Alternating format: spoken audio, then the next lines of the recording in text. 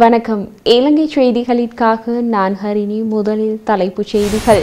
இலங்கைக்கும் சீனாவுக்கும் இடையில் பிளவை ஏற்படுத்த ஊடகங்கள் முயற்சிப்பதாக பிரதமர் ஹரிணி அமரசூரிய குற்றச்சாட்டு. கடந்த நாடாளுமன்ற தேர்தலின் செலவு அறிக்கையை சமர்ப்பிக்காத வேட்பாளர்களுக்கு எதிராக சட்ட நடவடிக்கை எடுக்க தேர்தல் ஆணைக்குழு தீர்மானம். இந்திய வர்த்தக பிரதிநிதிகளுடன் கலந்துரையாடலில் ஈடுபட்ட ஜனாதிபதி அனுரகுமார. இனி விரிவான செய்திகள். இலங்கைக்கும் சீனாவுக்கும் இடையில் பிளவை ஏற்படுத்த ஊடகங்கள் முயற்சிப்பதாக பிரதமர் ஹரிணி அமரசூரிய குற்றம் சுமத்தியுள்ளார். எதிர்க்கட்சியுடன் தொடர்புடைய சில ஊடகங்கள் பிரதமர் அண்மையில் பங்கு பற்றிய நிகழ்வொன்றின் கவனத்தை ஈர்த்து சீனாவிற்கும் இலங்கைக்கும் இடையில் பிளவை ஏற்படுத்த முயற்சித்ததாக அவர் கூறினார்.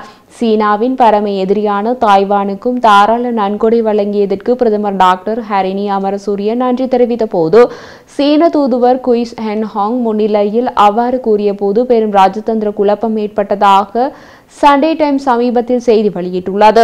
இங்கு குறிப்பிடப்படும் நிகழ்வு சீன அரசாங்கம் இலங்கை அரசாங்கத்திடம் பாடசாலை மாணவர்களுக்கான ஆடை பொருட்கள் கையளிக்கும் நிகழ்வாகும். பிரதமர் ஹரிணி அமரசூரிய பேசிய போது சீன குடியரசு வழங்கிய உதவிக்கு நன்றி என்று பேசி நன்றி தெரிவித்தார். சீன குடியரசு அதாவது ROC என்பது தாய்வானின் உத்தியோகபூர்வ பெயர். சீனாவின் உத்தியோகபூர்வ பெயர் சீன மக்கள் குடியரசு அதாவது PRC. சீனா தாய்வானுடன் போரின் விளிம்பில் உள்ளது. இலங்கை சீன குடியரசு என்று அழைக்கப்படும் தாய்வானுடன் ராஜதந்திர உறவுகளை கொண்டிருக்கவில்லை மற்றும் உண்மையில் தாய்வான் அரசை இலங்கை அங்கீகரிக்கவில்லை. இது குறித்து பிரதமர் நாடாளுமன்றத்தில் கூறிய போது அந்த விழாவில் என்ன நடந்தது என்பதில் சீனாவுக்கு எந்த பிரச்சனையும் இல்லை. ஆனால் ஊடகங்கள் ஒரு பிரச்சனையை தூண்ட முயற்சிக்கின்றன. புதிய அரசாங்கங்கள் நாட்டை மீண்டும் பாதையில் கொண்டு செல்ல முயற்சிக்கும் வேளையில் சில ஊடகங்களின் செயற்பாடுகள் குறித்து அமரசூரிய வருத்தம் தெரிவித்தார். நாடாளுமன்ற உறுப்பினர் அஜித் பி பெரேரா ஒரு அட்வொகேட்டாக இருப்பதற்கான சான்றுகளை வழங்குமாறு நீதி அமைச்சர் அர்ஷன நாணயக்கார சவால் விடுத்துள்ளார். எதிர்க்கட்சி உறுப்பினர் கண்ணாடி வீட்டிலிருந்து கற்களை எறிவது புத்திசாலித்தனம் அல்ல என்றார் நீதியமைச்சர் அர்ஷன நாணயக்கார.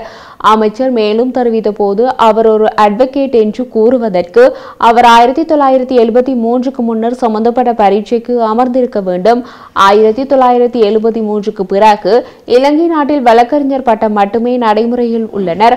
அட்வொகேட் கிடையாது. நாடாளுமன்ற உறுப்பினர் அஜித் பி பெரேரா ஒரு அட்வொகேட்டாக இருக்க வேண்டும் என்றால் 1973ஆம் ஆண்டு பட்டம் பெற்றிருக்க வேண்டும்.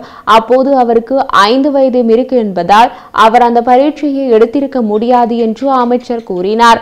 குறிப்பாக தேர்தல் பிரச்சாரங்களின் போது வாக்காளர்களை தவறாக வழிநடத்துவதற்காக அஜித் பெரேரா தன்னை அட்வொகேட் என்று பொய்யாக கூறிக்கொண்டதாக நாணயக்கார குற்றம் சாட்டினார். அமைச்சர் மேலும் தெரிவித்த போது நான் இங்கிலாந்தில் ஒரு பாரிஸ்டர். ஆனால் இந்த தலைமைப்பை நான் இங்கு பயன்படுத்துவதில்லை. ஏனெனில் இது இங்கிலாந்தில் மட்டுமே பொருந்தும். அப்படி யாராவது செய்தால் அது ஏமாற்று வேலையாகும். எதிர்க்கட்சியினரிடம் உரையாற்றிய நாணயக்கார நீங்கள் தேர்தலில் தோற்றது ஏன் என்பதை இப்போது நீங்கள் புரிந்து கொள்ள வேண்டும். உங்கள் கருத்து எங்களுக்கு முக்கியம். ஆனால் அவை அவமானமாகவே இல்லாவிட்டால் மட்டுமே குறைந்தபட்சம் எங்களின் பேச்சையாவது கேட்க நாடாளுமன்றத்தில் இருங்கள் என நாணயக்கார கூறினார். நாடாளுமன்ற உறுப்பினர் அஜித் பெரேரா தனது கருத்துக்களின் போது சபையில் இருக்கவில்லை எனவும் அமைச்சர் குறிப்பிட்டுள்ளார். கடந்த நாடாளுமன்ற தேர்தலின் செலவு அறிக்கையை சமர்ப்பிக்காத 1040 வேட்பாளர்களுக்கு எதிராக சட்ட நடவடிக்கை எடுக்க தீர்மானிக்கப்பட்டுள்ளதாக தேர்தல் ஆணைக்குழு தெரிவித்துள்ளது. இதனுடன் சம்பந்தப்பட்ட தரப்பினர் தொடர்பில் காவல்துறையிடம் தகவல் தெரிவிக்க உள்ளதாக ஆணைக்குழுவின் தலைவர் ஆரமேயல் ரத்நாயக்க தெரிவித்துள்ளார். இது தொடர்பில் அவர் மேலும் தெரிவிக்கையில் 2024 நாடாளுமன்ற தேர்தல் தொடர்பான செலவு அறிக்கைகளை வழங்குவதற்கான காலக்கெடு முடிவடைந்துள்ளது.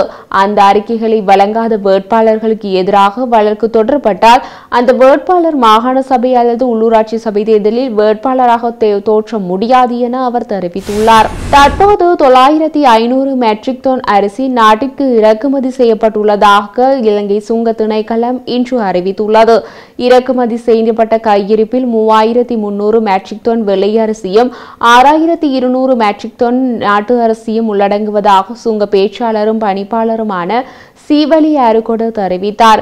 எவ்வாறாயினும் அரிசியை இறக்குமதி செய்வதற்கான சலுகை காலம் டிசம்பர் 20ஆம் தேதி நண்பகலுடன் நிறைவடையும் என அவர் தெரிவித்துள்ளார்.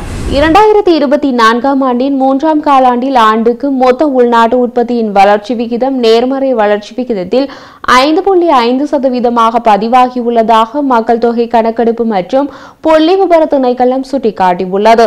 அவர் மேலும் தெரிவித்த போது, இது இலங்கை மக்களுக்கான ஒரு மகிழ்ச்சி செய்தி. அதன்படி 2024ஆம் ஆண்டின் 3ஆம் காலாண்டிற்கான மொத்த உள்நாட்டு உற்பத்தி, அதாவது ஜிடிபி ரூபாய் 3,01,51,000 ரூபாய். இது 2023ஆம் காலாண்டில் 2,09,87,000 பதிவாகியது. 2024ஆம் ஆண்டின் 3ஆம் காலாண்டில் ஆண்டுக்கு மொத்த உள்நாட்டு உற்பத்தியின் வளர்ச்சி விகிதம் நேர்மறை வளர்ச்சி விகிதத்தில் 5.5% பதிவாகியுள்ளது. அதே நேரத்தில் விவசாயம், தொழில்துறை மற்றும் சேவைகள் நடவடிக்கைகள் முறையே 3.0%, 10.8% மற்றும் 2.6% என 3ஆம் காலாண்டில் விரிவடைந்துள்ளன என்று தெரிவிக்கப்பட்டுள்ளது. 3 நாள் உத்தியோகபூர்வ விஜயம் மேற்கொண்டு இந்தியா சென்றுள்ள ஜனாதிபதி அனுரகுமார புதுடில்லியில் இந்திய வர்த்தக பிரதிநிதிகளுடன் கலந்துரையாடலில் கலந்து கொண்டார். இந்திய தொழில் கூட்டமைப்பு ஏற்பாடு செய்த இந்த கலந்துரையாடலில் இந்தியாவின் சில முக்கிய தொழில் முனைவோரை ஒன்றிணைத்து இலங்கையின் முதலீட்டாளர்களுக்கு சாதகமான சூழலை ஏற்படுத்த ஜனாதிபதி திசாநாயக்க நாட்டில் முதலீட்டு வாய்ப்புகளை ஆராயுமாறு இந்திய தொழில் முயற்சியாளர்களுக்கு அழைப்பு விடுத்தார்.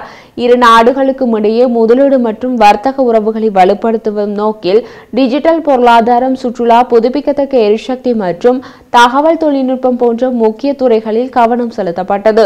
இரு நாடுகளுக்கும் இடையிலான வர்த்தகத்தை மேம்படுத்துவதன் மூலம் இலங்கையின் முதலீட்டு வாய்ப்புகளை விரிவுபடுத்துவது குறித்தும் உரையாடல் வலியுறுத்தப்பட்டது. இந்த சந்திப்பின் போது இந்திய வர்த்தக தலைவர் இலங்கையில் முதலீடு செய்ய விருப்பம் தெரிவித்தனர்.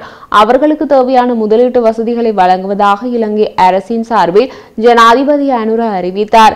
இக்கலந்துரையாடலின் போது தொழிலாளர் அமைச்சரும் பொருளாதார அபிவிருத்தி பிரதி அமைச்சருமான பேராசிரியர் அனிட் ஜெயந்த பெர்னாண்டோவும் தனது கருத்துக்களை பகிர்ந்து கொண்டார்.